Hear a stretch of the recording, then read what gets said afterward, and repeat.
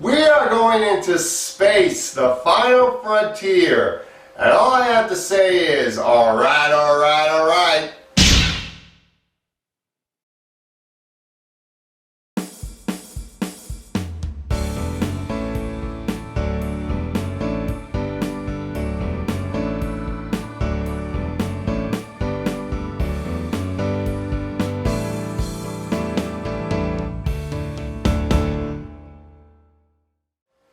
Interstellar, directed by Christopher Nolan, starring Matthew McConaughey as Cooper. He is this former pilot living on Earth in the near distant future where crops are dying, people are dying, we are down to corn, we are being hit by dust storms, and NASA has figured out the only way for humans to survive is that we gotta find a new planet to live on.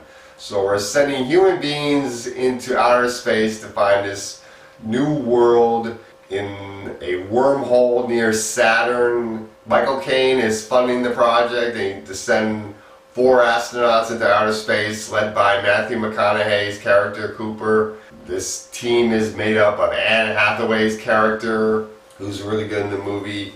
Wes Bentley, also very good in the movie. This artificial intelligent robot named Tars, who's very funny in this movie. I love the robot. And one other actor I don't know the name of, but he was pretty good too.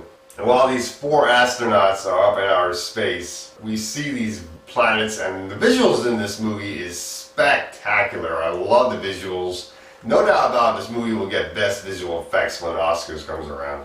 And time is moving differently for these astronauts. They're not growing old at the same rate that people on Earth are growing old.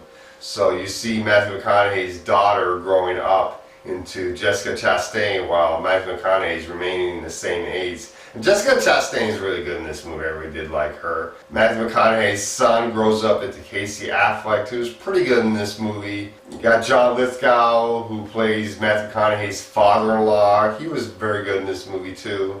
The problem with this movie is that there's too many actors, too many characters to keep track of, and not everybody is well developed. So this movie could have been much better if they didn't have so many characters to keep track of. This movie would have been better if we didn't have to visit all 3 planets. And this movie didn't really have to be 3 hours long.